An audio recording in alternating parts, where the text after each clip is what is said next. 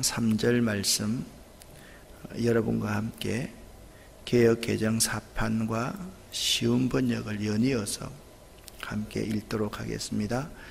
여호와께서 그 백성으로 애굽 사람의 은혜를 받게 하셨고 또 그 사람 모세는 애굽 땅에 있는 바로의 신하와 백성의 눈에 아주 위대하게 보였더라.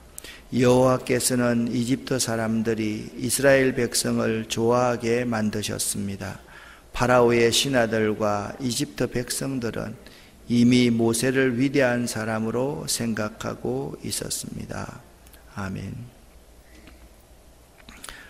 모세가 애굽으로 다시 들어갈 때까지만 해도 내가 무엇이간데 이런 일을 할 수 있습니까? 라고 자기 스스로에게도 확신이 없었습니다. 그런데 이제는 애굽 사람들이 이스라엘 백성들을 좋아하게 하나님이 만드셨고 또한 신하들과 이집트 백성들이 이미 모세를 위대한 지도자로 생각하고 있었다라는 것입니다. 지금 우리 한국과 일본이 경제전쟁을 합니다. 그런데 우리나라에 모세와 같은 사람이 있다라고 생각을 한번 해보십시오. 우리는 지금 우리가 이긴다고 하지만 일본 사람들은 일본 사람들이 이긴다라고 생각을 하고 있습니다. 서로가 이기고 서로가 잘못된 면만, 우리에게 유리한 면만 서로 지금 이야기들을 서로 하고 있는 가운데 있습니다. 그런데 만약 일본 사람들이 우리 민족의 모세를 참 위대한 지도자로 생각을 한다. 일본에 있는 강요에 있는 모든 대신들이 우리 민족의 모세와 같은 지도자를 위대한 사람으로 생각한다. 일본 사람들이 우리 한국 사람들을 좋아한다. 매우 좋아한다. 그런 일이 일어날 수가 있다고 생각하십니까? 일어날 수가 없는 거죠. 더구나 이스라엘 백성들과 애굽 사람들의 관계는 주인과 종의 관계였습니다. 그들이 마음껏 부릴 수 있는 사람들이 이스라엘 백성이었습니다. 그들이 그냥 한 푼 돈도 주지 않고 나가려고 합니다.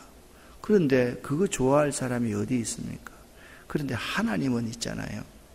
이것마저도 하실 수 있는 분이시다. 그것이 오늘 3절 말씀에 나타나 있습니다. 여호와께서 은혜를 받게 하셨고 여호와께서 모세를 그 신하와 백성들에게 위대하게 보이게 하셨다. 그렇게 말씀을 하고 있는 것입니다. 이건 참 예외적인 그러한 상황입니다. 아니 어떻게 오늘 이 상황을 이렇게 보면 이미 권력의 추가 바로에게서, 바로는 실각에 가까운 권력 누수 현상이 다 일어난 거죠. 그 애굽에 있는 신하들과 그 백성들이 제발 이스라엘 백성들에게 나가라 라고 말을 하면 절대 왕권 그 자체가 무너지고 있는 모습을 보고 있다라는 생각을 하게 됩니다. 그러면 여러분 7장부터 10장까지를 요약을 하기 전에 다윗이 거대한 블레셋의 장수 골리앗과 싸울 때 사울 왕이 어떤 행동을 합니까? 자기 갑옷을 벗어서 다윗에게 입혀줍니다. 그것과 똑같은 의미가 오늘 7장 1절 말씀입니다. 내가 너를 바로에게 신같이 하였은즉, 자기의 능력을 덧입혀주는 거죠. 그러니까 모세는 하나님의 능력을 덧입은 사람입니다. 모세가 능력을 행하는 것이 아니라 하나님이 능력을 행하는 거죠. 그런데 우리가 모세가 능력을 행했던 것은 지금까지 9가지를 한번 생각을 해보았습니다. 이 9가지는 그냥 우연히 하나하나 재앙을 의미하는 것이 아니라 이 바로의 목줄을 쬐는 재앙이었습니다. 자, 첫 번째 재앙부터 여러분들이 그냥 생각을 하면서 보지 말고 한번 생각해 보세요. 나일강의 물이 피로 변합니다. 자, 나일강에서 참 번성하는 것이 개구리입니다. 두 번째가 개구리 재앙입니다. 세 번째가 이 재앙입니다. 이 재앙은 애굽의 요술사들이 흉내를 낼 수 없었습니다. 이 뒤에는 파리 재앙입니다. 파리가 끓는다는 것은 썩어가는 것이 있다는 겁니다. 그래서 다섯 번째는 가축의 전염병이 돕니다. 가축의 전염병과 함께 따라오는 것은 사람들에게까지도 독종이 걸립니다. 여섯 번째 독종 재앙입니다. 일곱 번째는 천둥과 번개를 동반한 우박 재앙입니다. 우박 재앙은 완벽하지가 않습니다. 아직까지 푸른 잎이 남아 있습니다. 푸른 잎이 남아 있는 이곳에 메뚜기 재앙이 여덟 번째 옵니다. 푸른 잎을 싹 다 깔아 먹어 버립니다. 여러분 오늘 가셔서 인터넷으로 메뚜기 떼를 한번 쳐보십시오. 메뚜기가 창궐하면 하늘이 순간에 어두워집니다. 그 다음에는 흑암재앙이 옵니다. 흑암재앙 다음에는 장자의 죽음이 옵니다. 그런데 장자의 죽음이라는 것을 생각을 한번 해보세요. 우리나라에서도 이러면 사극 같은 것들을 쭉 보면 왕이 왕권을 확립하였다라고 하면 가장 먼저 뭘 합니까? 세자를 책봉합니다. 세자를 책봉하고 나면 어떤 사람들도 그 왕에게 대항하지를 못합니다. 왕에게 있어서 세자가 없다라는 것은 왕권이 아직까지 불안하다는 의미입니다. 견고하지 못하다는 의미일 것입니다. 자, 바로에게 있어서 장자가 죽어버린다. 이거는 1000% 밑에서 쿠데타가 일어날 수밖에 없는 거죠. 장자의 죽음이라는 것은 뭐냐 하면 너의 권력이 이제 끝났다. 권력을 내놓아라. 그 말인 것입니다. 우리가 제일 먼저 한일 경제전쟁을 할 때 일본 사람들이 그런 말을 했습니다. 문재인 대통령을 끌어내려야 되겠다. 우리들이 도무지 참을 수 없는 말들을 자기들도 했습니다. 그러니까 정권을 가지고 있는 사람에게 가장 큰 것은 뭐냐면 네 정권 내놓아라. 그러면 그것이 가장 큰 재앙 가운데 재앙입니다. 지금 모세를 통해서 바로에게 이제 네 정권 내놓아라 라고 하는 것이 오늘 11장부터의 예고인 것입니다. 그런데 그러기 전에 항상 이 재앙의 특징은 뭐냐면 여호와께서 말씀하시고 그 말씀하신 대로 이루어졌더라. 이게 이제 재앙의 패턴입니다. 그 중간에 바로가 반드시 협상을 하러 옵니다. 그래, 이거 재앙이 중지해주면 내가 내보내줄게. 그리고 나서 그게 안정되면 자기 정권이 안정됐다고 생각하면 다시 마음이 강팍하여졌다. 자, 마음이 강팍하여졌다라는 것이 두 가지 의미가 있다라고 말씀을 드렸습니다. 첫 번째 마음이 강팍했다는 건 애굽 사람들에게 마음을 강팍해 하신 이유가 무엇인지를 보여주기 있는 여호와가 전능한 하나님, 능력의 하나님이라는 사실을 그 심판을 통해서 똑똑히 깨닫게 하기 위해서 애굽 사람에게는 심판으로 임하는 거예요. 그런데 이스라엘 백성에게는 이것이 하나님이 살아계시는구나 라는 것을 자기가 깨닫고 자기 자손들에게 교육하고 가르치기 위한 교훈이 바로의 마음을 완악하게 했다. 그러니까 성경은요, 두 가지 패턴으로 이루어지고 있습니다. 심판과 구원이 항상 같이 나타납니다. 손등과 손바닥과 같습니다. 믿지 않는 사람에게는 예수님이 오시는 것이 심판입니다. 그런데 믿는 사람에게는 예수님이 오시는 것이 구원입니다. 기회입니다. 지금 마찬가지입니다. 애굽 사람들에게 재앙이 일어나는 것을 통해서 무엇을 느낍니까? 애굽 사람은 자꾸 모세를 두려워하게 되고 이스라엘 백성을 두려워하게 되고 그의 배후에 있는 여호와 하나님을 두려워하게 되어서 애굽 사람들의 모든 관심이 모세와 이스라엘 백성들에게 다 기울어지게 만듭니다. 이스라엘 백성들은 그러면 어떤 모습입니까? 하나님이 과연 살아계시는구나. 하나님이 죽은 하나님이 아니구나. 그것을 계속해서 깨닫고 있다라는 것입니다. 여러분, 우리가 잘 믿어야 됩니다. 잘 믿으면 주님께서 내게 오시는 것이 두렵지 않습니다. 그런데 죄를 짓고 잘 믿지 않으면 주께서 오시는 것이 매우 두렵습니다. 잘 믿지 않으면 주님이 임하는 것이 우리에게 심판이지만 잘 믿으면 우리에게 구원이 있고 상급이 있다라는 사실을 알아야 됩니다. 그런데 이 애굽의 바로는 사단의 세력은 우리를 반드시 유혹을 해옵니다. 어떤 유혹을 해오느냐? 협상을 하면서 그 협상에 유리하게 하기 위해서 다시 다른 카드, 반전의 카드를 꺼냅니다. 그게 뭐였습니까? 자, 모세와 아론 네가 나에게 와가지고 사흘길을 가서 우리 하나님께 제사를 드리겠다고 하지 않았느냐? 그래, 맞아. 제사 드려. 사흘길 뺍니다. 제사 드려. 그런데 제사를 어디다 드리려면 첫 번째, 그냥 네가 있는 애굽 안에서 제사 드리면 될 거 아니냐? 옳게 보입니다. 그것도 안 되니까 두 번째는 뭐라고 말을 합니까? 그냥 가까운 곳에서 제사를 드리면 되지. 이것도 통하지 않자 말을 합니다. 야, 너희 장정들만 나가서 제사를 드려라. 그러면 되지 않느냐? 장정들만 나간다. 장정들만 나간다는 것은 누구를 두고 나간다는 말입니까? 여러분, 부인을 두고 나간다는 게 아닙니다. 아들을 두고 나간다는 겁니다. 맏아들을 두고 나간다는 겁니다.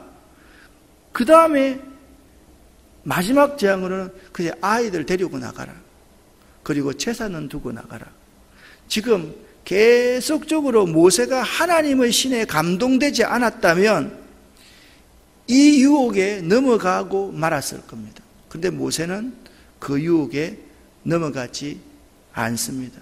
왕이라면 그렇게 하시겠습니까? 왕이라면 장자 포기하겠습니까? 왕이라면 권력 포기하겠습니까? 왕이라면 재산 포기하겠습니까? 우리 못합니다. 지금 강대 강이 서로 치킨 게임까지 서로 지금 달려가고 있는 그러한 상황입니다. 이제 1절부터 3절에서 10번째 재앙에 대해서 예고를 합니다. 1절부터 3절까지를 같이 한번 읽어보겠습니다. 여호와께서 모세에게 이르시기를 내가 이제 한 가지 재앙을 바로와 애굽에 내린 후에야 그가 너희를 여기서 내보내니라. 그가 너희를 내보낼 때에는 여기서 반드시 다 쫓아내리니 백성에게 말하여 사람들에게 각기 이웃들에게 은금 패물을 구하게 하라 하시더니 여호와께서 그 백성으로 애굽 사람의 은혜를 받게 하셨고 또 그 사람 모세는 애굽 땅에 있는 바로의 신하와 백성의 눈에 아주 위대하게 보였더라. 아멘. 자, 이 10가지 재앙을 시작하기 전에 하나님이 이렇게 말합니다. 나의 강한 손으로 너희들을 애굽에서 이끌어내겠고 나의 강한 손이 바로가 너희를 애굽에서 제발 나가달라고 내쫓을 것이다. 나의 강한 손으로, 나의 강한 팔로. 이 의미가 뭐라고 말씀을 드렸습니까? 나 여호와의 능력으로, 나 여호와의 전능한 여호와의 능력으로 이 일을 하겠다. 오늘 똑같이 말하고 10번째 재앙이 있고 난 후에야 그가 너희를 여기서 내보낼 것이고 여기서 그냥 밀어내듯이 내보낼 것이다. 그렇게 말을 하면서 모세 너를 위대한 지도자로 인정하게 될 것이고 그 백성들도 너를 좋아하게 될 것이고 그 바로의 신하들이 이제 나서서 너희를 이끌어낼 것이다. 쫓아낼 것이다. 그렇게 말씀을 하고 있습니다. 자, 이제 바로에게 장자의 죽음을 예고합니다. 자, 8절 말씀을 노란색이 먼저 있는 쉬운 번역으로 같이 한번 읽어 보겠습니다. 그렇게 되면 왕의 모든 신하들이 나에게 와서 엎드려 절하면서 제발 당신과 당신을 따르는 모든 백성은 떠나주십시오라고 말할 것입니다. 그 일이 있은 뒤에야 나는 떠날 것입니다. 이 말을 하고 나서 모세는 크게 화를 내면서 파라오 앞에서 물러나왔습니다. 아멘. 그러니까 장자가 죽게 되면 여러분 보세요. 바로에게도 장자는 권력의 상징입니다.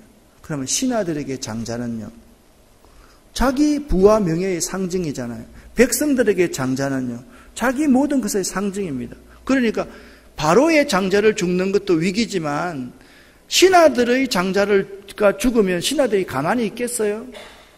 그렇게 되면 신하들이, 이 말은 이렇게 쿠데타를 일으켜서 당신은 신하들에게 죽임을 당하게 될 것입니다. 그러면서 모세는 화를 내면서 나왔다라고 말합니다. 그런데 오늘 이러한 장면을 11장 4절 말씀에서는 하나님을 사람처럼 의인화시켜서 표현을 하고 있습니다. 11장 4절 말씀을 함께 읽어보겠습니다.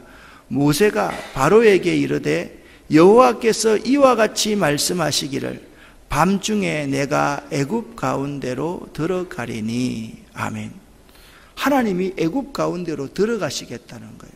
꼭 여러분 이런 장면 같습니다. 특공대가 밤에 적진에 깊숙이 기습하는 것처럼 하나님께서 하시겠다는 거예요. 이게 무슨 말씀입니까?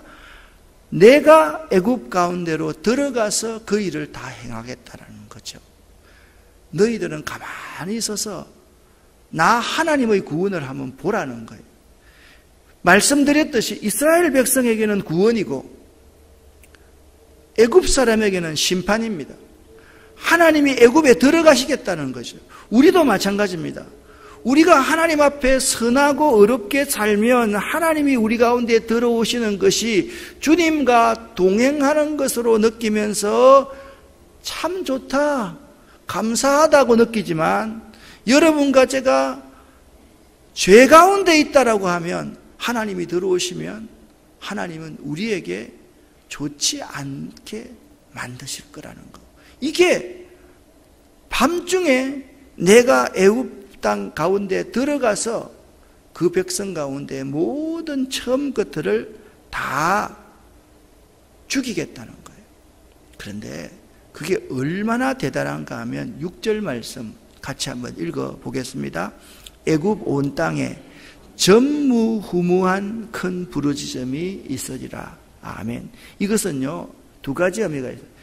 역사상 유례가 없는 큰 통곡이 있을 것이다라는 의미가 또 한 가지 있고, 두 번째는 지금까지 9번의 재앙을 내릴 때까지의 재앙과는 전혀 판도가 다른 엄청난 재앙이 있을 것이다. 그래서 그것을 전무후무한 큰 부르짖음이다, 그렇게 말씀하고 있습니다. 그런데 이 10가지 재앙의 특징이 다 있습니다. 애굽 사람에게는 재앙이 임하면 죽음이고 피였지만 이스라엘 백성에게는 그 재앙이 피해가는 거예요. 모든 것이 마찬가지입니다. 파리 때도 그렇죠. 모든 재앙에서 이스라엘 백성에게만 흑암이 아니라 빛이 비치고 고센 땅에만 파리 때가 들끓지 않고 이런 놀라운 일들이 일어나는데 10번째 재앙도 마찬가지라는 거죠. 자, 7절 말씀을 같이 한번 읽어보겠습니다. 그러나 이스라엘 자손에게는 사람에게나 짐승에게나 개 한 마리도 그 혀를 움직이지 아니하리니. 아멘. 그러니까 애굽 사람에게는요, 전무후무한 큰 통곡이 있어가지고 곡소리가 임할 것인데 이스라엘 백성들은 입을 쫙 벌리고 어떻게 이런 일이 일어날 수 있어? 말도 안 하고 그냥 그것만 보고 있는 그러한 상황이 일어날 것이라는 거죠. 근데 여러분 7절을 잘 보십시오. 사람에게나 짐승에게나 개 한 마리도 이스라엘 백성들은 다 해함이 없을 것이다. 자, 이 7절 말씀에서 앞으로 다가올 구원자가 어떤 분인 것을 예고하는 거죠. 여러분 생각해 보세요. 구원은 완벽한 구원입니다. 어떻게 해서 이스라엘 백성들이 구원을 얻습니까? 문설주와 임방에 어린 양의 피를 바릅니다. 내가 그 피를 6월절 어린 양, 유월절이 이래서 일어나는 거죠. 왔다가 피가 있는 그곳에는, 어린 양의 피가 있는 그곳에는 재앙이 패스오버, 넘어가 버렸다. 그렇게 말씀하고 있는 거거든요. 이 7절에서 이스라엘 자손을 구원하기 위해서 우리의 구원자 메시아 예수 그리스도가 앞으로 임할 것이라는 예표가 이 7장에 나타나 있다라고 여러분 보시면 되는 거죠. 그런데 있잖아요, 자기의 권력 이 자체는 다 잃었지만 여전히 바로는 강팍한 마음을 가지고 있습니다. 자, 8절 말씀에서 읽었는데, 바로의 신하들이, 그리고 백성들이 나와서 지금 이스라엘 백성들을 나가라고, 제발 나가달라고, 제발 나가달라고 그렇게 말하겠다. 지금 바로는 그의 모든 권력을 다 실각할 위기에 처해 있는 것이 아니라 사실상 권력의 주가 바로에서 신하들에게로 다 옮겨진 그러한 상황입니다. 바로는 혼비백산한 상황이었다라고 생각하시면 됩니다. 자, 9절 10절 말씀을 읽어보겠습니다. 여호와께서 모세에게 이르시기를 바로가 너희의 말을 듣지 아니하리라. 그러므로 내가 애굽 땅에서 나의 기적을 더하리라 하셨고, 모세와 아론이 이 모든 기적을 바로 앞에서 행하였으나 여호와께서 바로의 마음을 완악하게 하셨으므로 그가 이스라엘 자손을 그 나라에서 보내지 아니하였더라. 아멘. 바로는 보내지 않으려고 하는 이 바로의 엄청난 권력과 군사력, 경제력 앞에서 하나님은 내보내는 거죠. 이게 하나님의 능력입니다. 도무지 불가능한 것을 이루시는 분이 우리 하나님이다라는 사실을 알아야만 됩니다. 여러분, 하나님이 있잖아요, 이 모질고 험한 세상을 살아갈 때 여러분에게 이 세상 앞에서 신이 되게 하실 것이다. 이 사실을 잘 기억하고 여호와의 능력을 덧입고 사는 여러분 되시기를 예수 이름으로 간절히 축원합니다. 하나님이 있잖아요, 세상 사람들이 여러분을 두려워하게 만들 것이고, 세상 사람들이 여러분 한 사람 한 사람을 참 대단한 분이로구나 그렇게 인정하게 만드실 수 있는 분도 하나님이세요. 오늘 11장 4절 말씀에 밤중에 여호와께서 애굽에 들어가시는데, 만약 우리의 삶이 있잖아요, 나 중심의 삶, 세상 중심의 삶으로 살아간다면 여호와께서 내 가운데 들어오시면 그건 심판입니다. 근데 나 자신이 나 중심의 삶이 아니라 하나님 중심의 삶, 나 자신이 인본주의의 삶이 아니라 신본주의적인 삶을 살고 있으면 하나님께서 내 가운데 들어오시는 것이 구원이고 상급이라는 사실을 잊지 마시기를 바랍니다. 여러분 한 분 한 분들이 자기 자신을 한번 반추 한번 해보시기를 바랍니다. 내가 정말 하나님 앞에 예수의 능력을 의지하면서 나는 죽고 십자가만 사는 삶인가? 내가 세속적인 삶이 아니라 하나님 중심의 삶인가? 나 중심의 삶이 아니라 하나님 중심의 삶인가? 내가 인본주의적인 삶이 아니라 신본주의적인 삶을 살고 있는가? 그렇지 않다고 한다면 오늘 이 새벽에 회개하시기를 바랍니다. 그러면 하나님께서 여러분 속에 들어오셔서 우리를 치실 것입니다. 그러나 우리가 하나님 앞에 진심으로 회개하고 예수 그리스도를 내 속에 믿는 믿음이 내 속에 있으면 지금까지 내가 어떻게 살았다 할지라도 오늘 이 순간부터 과거에 우리의 모든 것들을 다 도말하시고 새 출발하게 하시는 분이 예수 그리스도 그분임을 꼭 기억할 수 있기를 바랍니다. 자, 오늘 10가지 재앙을 다시 한번 여러분들이 기억하면서 이제 내일 전무후무한 큰 통곡 소리가 어떤 것인지를 한번 여러분과 함께 들어보기를 원합니다. 자, 첫 번째 재앙, 물이 피로 변하는 재앙입니다. 두 번째, 개구리 재앙입니다. 세 번째, 이 재앙입니다. 네 번째, 파리 재앙입니다. 다섯 번째, 가축의 전염병의 재앙입니다. 여섯 번째, 온역의 재앙입니다. 일곱 번째, 우박의 재앙입니다. 여덟 번째, 메뚜기 재앙입니다. 아홉 번째, 흑암 재앙입니다. 이제 열 번째 재앙이 예고되었습니다. 너의 권력을 내놓아라. 너의 권자를 내가 무너뜨리겠다. 모든 처음 난 것을 다 죽이던 재앙을 예고했습니다. 내일부터 그 애굽에 어떤 곡소리가 나는지 여러분이 잘 한번 보실 수 있기를 바랍니다. 기도하겠습니다. 살아계신 아버지 하나님, 말씀을 읽으면서, 말씀을 들으면서 전능하신 하나님이 우리가 하나님을 의지할 때는 그것이 능력을 덧입는 것이지만 죄 가운데 있을 때는 우리에게 심판자로 밤중에 조용히 들어오시는 분임을 깨닫습니다. 회개할 수 있게 하시고 하나님 중심의 삶을 살 수 있게 하시고 하나님이 내 인생의 주인이 되게끔 하나님께 내 인생을 내어드리는 이 새벽 되기를 원합니다. 나 자신, 우리 자녀, 우리 사업, 우리 일터 모든 것의 주인이 하나님이심을 고백하는 새벽이 되기를 원합니다. 예수 그리스도 이름으로 축복하옵고 간절히 기도 올립니다. 아멘. 주여 믿습니다. 고백하겠습니다. 주여 믿습니다.